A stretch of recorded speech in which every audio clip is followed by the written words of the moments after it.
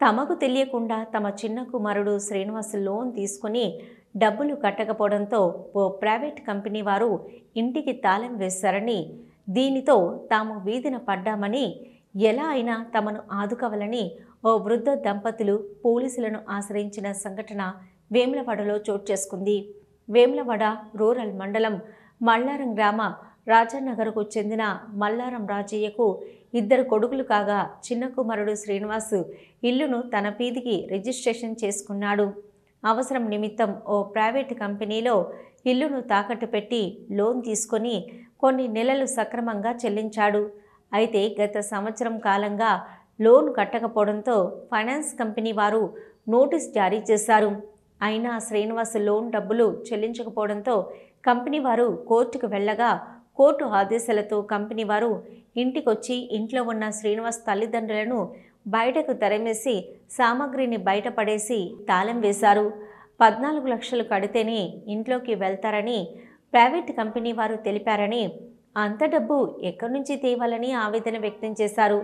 దీంతో వృద్ధులైన రాజయ్య, పోచవ్వ, వారి పెద్ద కొడుకులు సుశీల వేములవాడ రూరల్ పోలీస్ స్టేషన్కు వెళ్ళి పోలీసులను ఆశ్రయించి తమకు ఎలా అయినా న్యాయం చేయాలని కోరారు.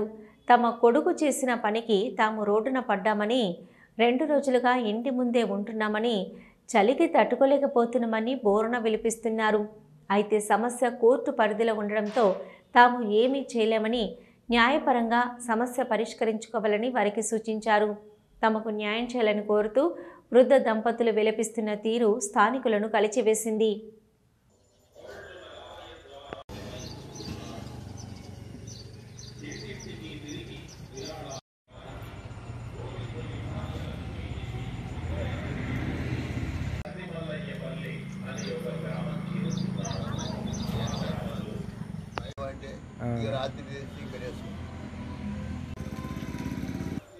నా పేరు పోసావా, మాది మల్లారం అయితే రాజనగరం మీద ఇల్లు కట్టుకున్నాము.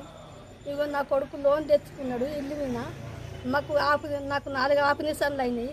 ఇగో నా భర్తకు గుండెపోటు వచ్చింది. నాకు భర్తకు 2 లక్షల దాకా అయినాయి, నాకు 10 లక్షల దాకా అయినాయి. నా కొడుకు అప్పు తెచ్చుకున్నాడు ఇల్లు మీద అప్పు తెచ్చుకున్నాడు. కట్టలేక దేశం పోయిండు, ఎవరికి చెప్పక చేయక. ఇప్పుడు పోలీసు వాళ్ళు వచ్చిండ్రు, బ్యాంకు వాళ్ళు వచ్చిండ్రు, అంగడి చేసిండ్రు, ఇవన్నీ బయట పెట్టిండ్రు. ఇక నాకు ఎవరు రానిత్తలేదు నన్ను ఇంట్లోకు. నాకు ఏడంగు దొరకలేదు. రూము ఏమన్నా లెగ్గులాడుకుందామన్నా కానీ నాకు రూమ్ కిరాయి కట్టడానికి నేను జాలతలేను. నాకు తిందామంటే తిండికి లేదు. నాకు గోసు ఉన్నది. నేను పుట్టిడు బాధపడుతున్నా. నాకు వెనకెవ్వరు లేరు, నాకు ముందెవ్వరు లేరు, నాకు అక్క చెల్లని లేరు, నాకు ఎవ్వరు లేరు. ఉన్న నేను నాకు ఏమి మాట్లాడలేదు, నాకు ఏమి దొరకలేదు. కొద్దిగా దయచేసి మా ముసలాళ్ళకి ఏదన్నా సాయం చెయ్యి. మీ పాదాలకు వందనాలు అయ్యా బాంచను. మేము ఎక్కడ కానీ పట్టులోనే ఉన్నాము, చల్లే చస్తున్నాము, దోమల చస్తున్నాము. ఆయన తెల్లందాక ఇంకా పక్కింటేనే ఇంత భూవంట చేసింది, మా కోడలు ఇంత చేస్తుంది. మాకు ఎక్కడేమి దిక్కు లేదు. మేము దిక్కు లేని వల్ల తిరిగి అయిపోయినాము. మాకు ఎవరు ఉండి సుత ఏమి చేయలేను. మాకు లేని బాధలు వచ్చినాయి. ఇప్పుడు లేని బాధలు వచ్చినాయి అయ్యా బాంచను. మాకు ఏమైనా గింత సాయం చెయ్యని.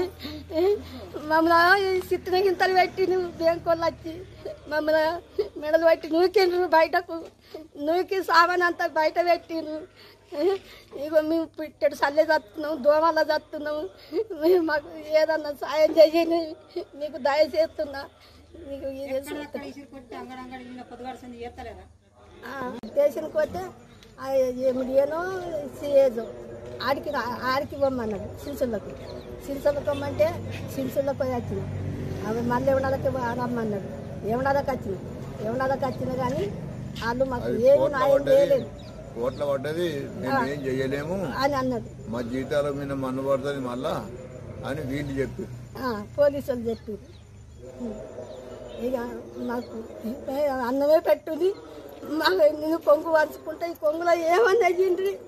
మేము ముసలి మేము ఇంట్లో ఏమని అయ్యిండ్రి. మా బతుకు నాకు అంటే 14 లక్షలు మేము ఏడికే కడదాము, ఎక్కడికే కడదాము, మేము ఎట్లా కడదాము, మేము ఎట్లా చేస్తాము, మేము ఏమి అమ్ముదాము, ఏది చేస్తాము. మేము కొద్దిగా దయచేసి మాకు ఏదన్నా సాయం చేయండి. నా పేరు మీద ఉంటే నాకు చిన్న కొడుకు ఆనపోట చేయించుకున్నాడు, ఈ లోన్ తెచ్చుకున్నాడు, నాకు తెలియదు. నేను ఇక్కడ సంతకం పెట్టే బాబా అంటే పెట్టినా, నాకు తెలియకుండా లోన్ తెచ్చుకున్నాడు. ఇప్పుడు ఈ గతి వచ్చింది మాకు. సంతకాలు తీసుకుపోయి ఆయనతో ఇల్లు అక్కడ ఏమన్నాడు, అప్పుడు బాగుండే మాకు పనుల మంచిగా లేకుండా బాగా అయింది, ఆయనతో ఇల్లు అమ్మరా అంటే మరి ఇల్లు నీ పేరు మీద ఉంటే పోదు అని బోకరి గారు చెప్తే ఆయనతో వాని పూట చేసిన నేను చేసినందుకు ఈ లోన్ తెచ్చుకునేది నాకు చెప్పలేదు. అద్దెపిగడు భూమి అమ్మిండు, ఆ భూమికి 7 లక్షలు వచ్చినాయి. ఇక దీని బాకీ ముట్టిపోయింది, నా బాకీ గట్టగా ఉన్నది. ఇక లోన్ తెచ్చుకొని ఆడు ఏం చేసిండు తెలియదు, ఎక్కడ కట్టుకోవడం తెలియదు.